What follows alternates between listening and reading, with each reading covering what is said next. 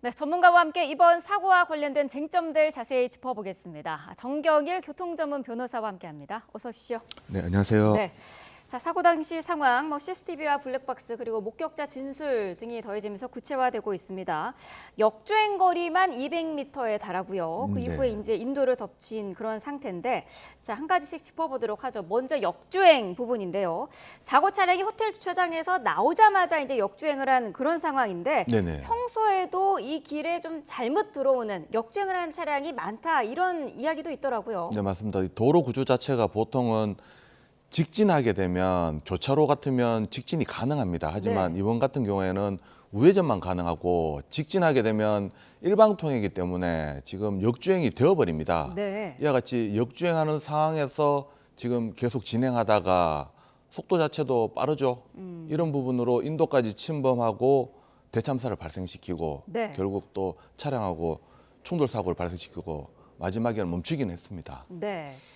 자, 지금 저희가 교통사고 참사의 지금 그래픽을 보여드리고 있는데 길을 이렇게 애초에 잘못 든 것에 당황을 해서 네. 자기도 모르게 이제 브레이크 대실 그렇죠. 그 옆에는 악셀을 밟았을 그런 가능성도 제기되고 있던데요. 네, 충분히 생각할 수 있는 부분입니다. 운전자들이 평소 운전할 때는 악셀, 브레이크 혼돈하지 않습니다. 네. 누구라도 잘못 밟았다 싶으면 이 부분에 대해서 충분히 다시 조정할 수 있겠지만 지금과 같이 본인이 진입 자체를 잘못했을 때는 멈춰야 되는 생각하에 브레이크를 밟아야 되는데 악셀을 밟아버린다. 그럼 속도가 더 빨라지면 또 당황해가지고 또 다른 행동에 대해서 제대로 못하면 네. 이와 같이 결국 제대로 된 판단을 못하고 사고로 이어질 가능성도 많긴 많습니다. 네, 지금 운전자가 주장하고 있는 이 급발진 부분은 지금 짚어봐야 될 부분이 많은데 일부 언론의 보도에 따르면은 호텔 주차장에서 나올 때부터 네. 가속의 90%를 밟았다 네네. 이런 이야기가 나오거든요. 정상적이지는 않은 상황이죠. 그렇죠. 보통은 나왔을 때는 속도가 빠르진 않죠. 네. 보통 대로나 고속도로 같은 데서는 속도가 주행 속도가 뭐 정속으로 뭐 고속이 가능하겠지만 지금과 같이 도심지 내에서 출발할 때부터 악셀을 90% 밟았다라는 것은 급가속을 했다는 것인데 물론 네. 이것이 운전자의 자의에 의한 것인지 아니면 차량 결함으로 인한 것인지 좀 확인은 필요해 보입니다. 네, 급발진 상황이어도 어떻습니까? 핸들을 움직이는 거는 가능한 거죠? 네, 맞습니다. 물론 뭐 핸들조차도 조향할 수 없는 뭐 차량 결함이 발생될 수도 있겠지만 통상 급발진이라고 하면 악셀과 브레이크 여기에 문제가 발생되는 것입니다. 네. 그렇기 때문에 조향은 대부분 잘합니다. 그렇다 하더라도 속도가 빠르기 때문에 결국 운전자들이 더 이상 통제하지 못하고 어떤 장애물에 충돌하게 되거든요. 네. 보통은 조금 전 뉴스에 나온 것처럼 이렇게 속도가 빨라질 뿐이지 핸들 조향하는 데는 문제였기 때문에 피항 조치를 한다든가 네. 피해를 최소화하려고 하는 운전자들의 노력이 많이 나타납니다. 네. 자, 말씀하신 그 피하려고 하는 사람 등을 피하려고 하는 그런 행동들이 사실 네. 나타나야 정상인데 이번에는 그런 부분이 좀 안 보였다는 지적에 대해서는 어떻게 보세요? 그렇죠. 사실 이번은 처음부터 역주행했다. 사실 이 부분에 대해서는 급발진하고 역주행하고는 관련이 없습니다. 네. 물론 이 갑자기 속도를 통제하지 못해 가지고 차로를 잘못 들었었다. 이러면 가능하겠지만 그게 아니라면 역주행한 부분 자체는 운전자의 과실로 봐야 되지 않나 하는 생각은 들고 네. 그다음에 이제 역주행을 하게 된다면 여기는 차도입니다. 차도. 그러면 차가 통행할 수 있는 도로에서 어떤 문제를 해결해야 되는 것이지 네. 이러한 것을 피하기 위해서 보행자들이 있는 인도로 침범해버린다라는 부분은 운전자가 이 부분에 대한 책임은 피하기 어려워 보입니다. 네. 브레이크 등에 대한 논란도 지금 많은 상황인데 사고를 낸 뒤에 차량이 멈출 때의 영상을 보면은 브레이크 등이 들어온 상태에서 차량이 서서히 멈춘단 말이죠. 네네네. 이거는 어떻게 봐야 될까요? 사실 이 브레이크 등이 뭐 급발진 판단할 때 보통 외형적으로 가장 일차적인 판단 기준이 되는데 네. 브레이크 등이 들어온다는 것은 브레이크가 정상적으로 작동한다는 하나의 징표가 됩니다. 아하. 따라서 브레이크 등이 들어오면서 차가 급가속을 한다. 이랬을 때는 운전자가 브레이크를 밟는데도 차가 급가속을 했기 때문에 차량 결함으로 일단은 의심을 합니다. 네. 하지만 브레이크조차 밟지 않았다라고 하면 이 부분에 대해서는 등이 안 들어왔다, 안 네. 밟았다. 그렇기 때문에 운전자가 악셀을 밟았다라고까지 이야기합니다. 지금 마지막에는 차가 서서히 멈추고 브레이크 등도 들어온다라는 네. 부분은 운전자가 브레이크를 밟아서 멈췄다는 것인데 네. 지금 이 짧은 시간에 어떤 급가속을 하고 정상적으로 멈췄다. 그럼 그 사이에 어떤 문제가 발생됐느냐, 아니면 운전자의 운전에 의해서 이래 발생됐느냐. 경우 수는 두 가지입니다. 네. 사실 통상적으로 생각할 때는 운전자가 어떤 지배하는 영역 하에서 일어난 사고가 아닌가라고 생각하는 것이 일반적인 생각입니다. 물론 네. 그 사이에 어떤 문제가 생기고 다시 정상으로 돌아왔다라는 가능성도 있긴 합니다. 아, 네. 그러면은 차가 처음에는 말을 안 듣다가 나중에는 브레이크가 작동을 제대로 했다라고 볼 수도 있는 거네요. 있는데 사실 그 시간이나 기간이 짧다 보니까 네. 그 순간만 잠깐 그랬다. 물론 운전자 입장에서도 이게 본인이 한 것이 아니라면 어떤 이 억울함을 푸는데 많은 어려움이 있을 것으로도 보이긴 합니다. 네. 하지만 일반 상식적으로 생각할 때는 사실 이 부분에 대해서는 운전자가 지배하는 영역에서 문제가 발생된 거 아니냐라고 생각하는 게 일반적입니다.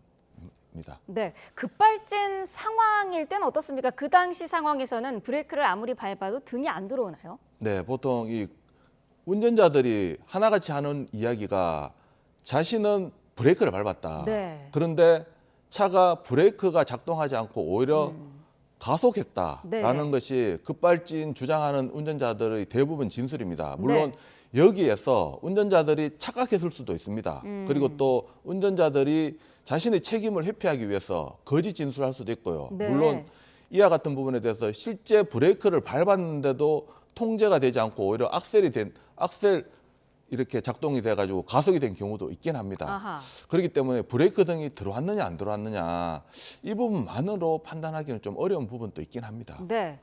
자, 사고가 난 뒤 15분쯤 뒤에 지금 운전자가 동료에게 전화를 해서 뭐 이거 급발진이다 이렇게 얘기를 했다는 언론 보도도 나오고 네네네. 있어요. 네. 이분이 그 직업 운전사인데 네. 그 직업 운전사 느낌으로도 아 뭔가 잘못됐다 지금 내가 컨트롤할 수 있는 상황이 아니다는 거를 느꼈다라는 그런 부분 아닐까요? 그렇죠. 보통 이 부분에 대해서는 동료 직원한테 그 전화 사고 나고 난 뒤에 급박한 상황에서 전화했는데 네. 어떤 경위로 전화했는지도 한번 확인이 필요하고요. 아. 뭐 그 진술한 부분에 있어서는 본인이 억울한 부분을 진짜 친하니까 하소연한 것으로도 보입니다. 네. 그렇다면 사고 났을 때 야 진짜 이 부분에 대해서 내가 감당할 수 없었다. 급발진이다. 뭐 미치겠다.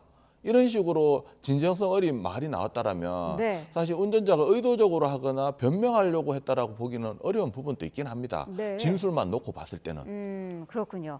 자, 지금 뭐 사고 차량 블랙박스도 이제 경찰은 확보를 한 상태인데 블랙박스 분석도 굉장히 중요한데요. 특히나 오디오에 대한 분석이 필요하다 이런 시각이 있어요. 네, 맞습니다. 보통 교통사고 났을 때 교통사고 전문 변호사가 과실 비율이나 사건 경위를 파악할 때는 블랙박스 영상만으로 판단하기보다는 음성까지 같이 판단합니다. 뭐 사고 회피할 수 있었는지 없었는지에 대해서 하는 부분이라든가 아니면 사고 나기 전에 어떤 자동차 이상 상태에 대해서 말을 한다든가 하는 부분이 나타납니다. 그리고 또 옆에 동승자도 있었다고 하니까 이 부분에 대한 진술로 이 차가 문제인지 아니면 자동차 운전자가 어떤 제어를 못했는지에 대해서 간접적으로나마 좀 알 수 있는 단서가 될 수 있죠. 사실 이것보다 더 정확한 것은 악셀을 밟았는지 브레이크를 밟았는지 그 장면을 비출 수 있는 블랙박스가 있으면 확실할 텐데 그건 그게 좀 없는 없으니까 거죠? 네, 네. 음성으로나마 그나마 추단하고 있는 것이 현실인 것이죠. 아, 그렇군요. 자, 사고 기록 장치라고 하죠. EDR 분석 결과가 사실 굉장히 중요한 그런 사항인데 네. 이 사고 기록 장치에는 보통 어떤 것들이 기록이 되나요? 네, EDR 이 부분에 대해서는 사고 나기 전 5초간 어떤 기록이 저장이 됩니다. 5초 전이요. 네, 그것도 네. 0.5초 단위로 10번 정도가 아. 기록이 되는데 네. 뭐 악셀을 밟은 정도, 또 속도, 뭐 브레이크를 밟았는지 여부, 조향 장치 각도, 뭐 엔진량 이런 부분 15개 항목에 대한 자동차 운행 상태에 대해서 기록이 되어 있는데 네. 사실 이와 같은 EDR 기록으로 그 당시 차량의 상태를 어느 정도 알 수 있기 때문에 차량 결함인지 아닌지에 대해서도 이 EDR을 하나의 기준으로 많이 활용하고도 있습니다. 그러면 EDR에 들어가는 저 여러 가지 정보들 가운데 급발진의 경우에는 어떤 흔적들이 남게 되나요? 보통 이 부분에 대해서 브레이크를 밟았는지 악셀을 밟았는지 아니면 악셀의 정도가 어느 만큼 되었는지 네. 이런 부분이 나타납니다. 그런데 보통 EDR을 급발진 교통사고에서 EDR을 분석하면 당연히 브레이크는 안 밟은 것으로 나오고 아하. 악셀만 밟은 것으로 나옵니다. 네. 그것도 풀로 밟은 것으로 나오거든요. 네. 그러면 사실 이 부분에 대해서는 자동차 상태가 그 당시에는 급발진한 것인데 이 악셀을 밟은 것이 운전자가 직접 밟은 것인지 아니면 차량 결함에 의해서 이렇게 구동된 것인지에 대해서까지 이 부분까지 사실 말한다라고 보기에는 한계가 있습니다. 차량 결함일 상태에서는 EDR의 기록 자체도 신뢰를 할 수 없는 그런 상황인 그렇죠. 거군요. 어떤 차량이 결함이 있는 상태에서 기록이 된다면 그 결함이 있는 상태가 기록되는 것인데 네. 운전자에 의한 이 비정상적인 상태가 기록된 것인지 차량 결함인지에 대해서까지는 명확하다라고 보기는 좀 힘든 부분이 있습니다. 네. 거기다가 또 요즘에는 차량의 그 주행 보조 기술이라고 하죠. 이런 그 소프트웨어 기술이 적용이 되면서 네. EDR이 그 사고의 원인이라든지 그런 거 판단하기에는 한계가 있다라는 지적도 있더라고요. 네, 보통 이 예전의 이야기로는 기계식으로 되었을 때 더 나아가서는 수동으로 했을 때는 이러한 급발진, 차량 결함이라는 부분이 가능성이 많이 적었습니다. 네. 하지만 전자식으로 바뀌고 부품도 많아지고 하다 보니까 이런 오류가 발생했을 때는 결국 급발진 사고로도 이어질 가능성도 많기 때문에 네. EDR 분석만으로 급발진이다 아니다 판단하는 것은 한계가 많습니다. 그러면은 이 급발진을 주장하는 사고들이 요즘 사실 계속해서 연달아서 좀 나오고 있는 상황인데 네. EDR만으로 확인이 불가능한다면은 네. 어떤 방법들이 좀 더 보완이 돼야 될까요? 사실 EDR이라는 것은 그 당시 차량 상태의 운행을 기록한 것인데 그거는 블랙박스로도 어느 정도 확인되는 것입니다. 네. 블랙박스 영상은 시각적으로 확인되는 것이라면 EDR은 수치화해서 확인되는 것이기 때문에 네. 대동소이합니다. 이걸로만을 해서는 안 되고 네. 뭐 음성이라든가 아니면 목격자의 진술이라든가 CCTV 또 브레이크 등이 들어왔느냐 안 들어왔느냐 또 좀 더 나아간다면 사실 운전자는 본인은 브레이크 밟았다라고 하는데 운전자가 가장 잘 압니다.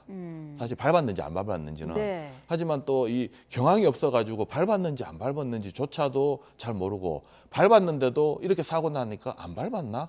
이렇게 생각하기도 하고 많은 어려움이 있는데 이 부분에 대해서는 그 운전자의 진술만으로 판단하는 것이 아니라 또 이러한 급발진 사고에 대해서는 운전자가 이 억울함을 풀어야 되는 부분도 있습니다. 네. 본인이 진짜 억울하다면 거짓말 탐지기 같은 것도 받고 이 부분에 대해서 본인 진술에 대한 신빙성도 결벽도 증명하는 것도 하나의 방법이 됩니다. 그렇군요. 자, 지금 사고 원인으로 급발진이 인정되는 경우가 앞서서 저희가 취재 기자의 리포트도 봤습니다만은 거의 뭐 전무한 그런 상황이지 않습니까? 네, 맞습니다. 국내도 그렇고 해외도 마찬가지인가요? 네, 국내 같은 경우에도 이 급발진 사고는 먼저 이 사고는 민사 사건이 있고 형사 사건이 있는데 네. 형사 사건하고 민사 사건하고 먼저 국내에서 좀 다른 부분을 이야기 드리자면 네. 먼저 가장 시급하게 문제되는 것은 형사 사건이겠죠. 그런데 이 형사 사건에서는 급발진이냐 아니냐 사실 이걸 판단하지는 않습니다. 운전자의 주의 의무 위반이 있느냐 없느냐 이걸 가지고 있으면 운전자 유죄, 없으면 무죄를 판단합니다. 네. 이 운전자의 주의 의무 위반으로 유무죄 판단하는 과정에서 차량 결함이 있느냐 없느냐에 대해서 보통 피고인들이 항변을 합니다. 네. 그러면 급발진 있냐 없냐에 대해서 법원에서 판단을 하면서 급발진의 가능성을 배제하기 힘들다라는 식으로 이런 식으로 간접적으로만 건들기만 합니다. 네. 그래서 운전자의 주의 의무 위반이 있다라고 보기 힘들다. 보통 또 형사재판은 피고인의 그 무죄 추정 원칙이 적용되기 때문에 네. 검사가 합리적으로 의심할 수 없을 정도로 입증을 해야 됩니다. 아. 그런 부분 때문에 그나마 형사재판에서는 간혹 무죄 판결이 나옵니다. 네. 하지만 이러한 사건들이 같은 사건이라도 민사재판에 온다.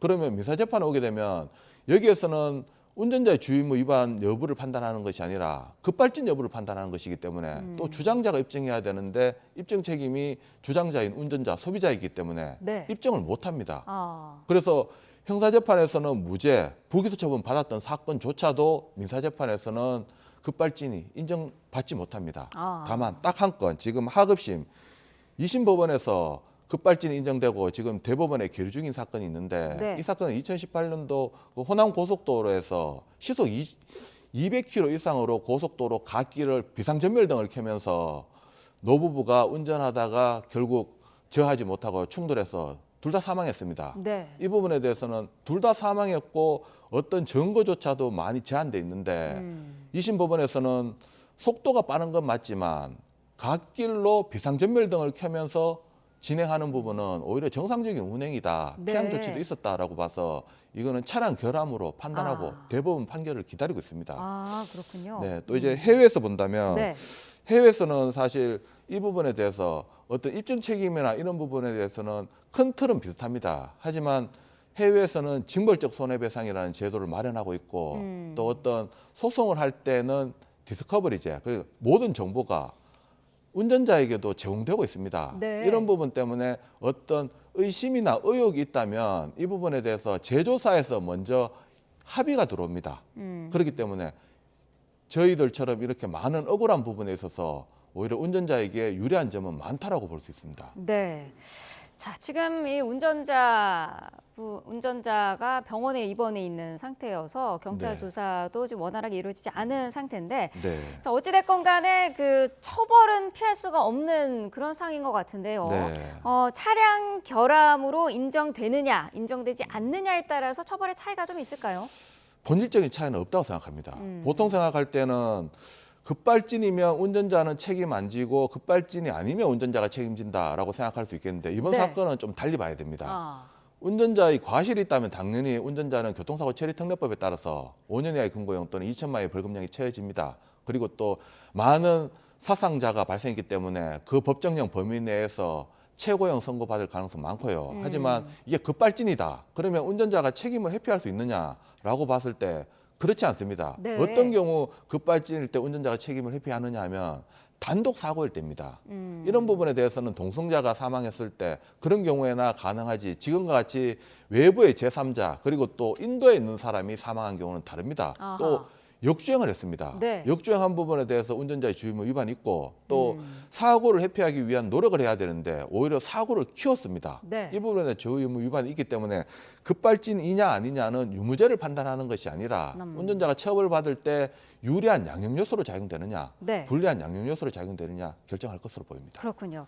자, 이번 사고가 난 차량을 봤더니 2달 전에 차량 점검을 했는데 거기에서 정상이 나왔더라고요. 네. 만약에 차량 결함 문제였던 것으로 결과가 나오면 이 부분도 논란이 되지 않겠습니까? 네, 보통 이 정비 부분도 차량 결함의 일종으로 본다면 네. 제조사가 책임질 것이냐, 정비업체가 책임질 것이냐, 요 두 가지 중에 지금 2달 전에 정비했는데 정상이었다면 정비업체에게 책임 묻기 곤란하고 차량 결함이라면 이제 제조사에게 책임 물을 수 있을 것인데 네. 이 부분에 대해서는 운전자가 입증하거나 아니면 운전자가 가입한 보험사가 입증해야 되는 부분이고 1차적으로는 운전자가 책임져야 되는데 대부분 네. 종합보험에 가입돼 있기 때문에 운전자가 가입한 보험회사가 이 피해자에 대한 전적인 손해배상 책임을 지고 급발진을 밝혀서 제조사에게 구상을 해야 되는데 네. 이 부분은 지금 사건 수사 결과에 따라서 진행할지 말지 결정해야 될 것으로 보입니다. 네, 알겠습니다.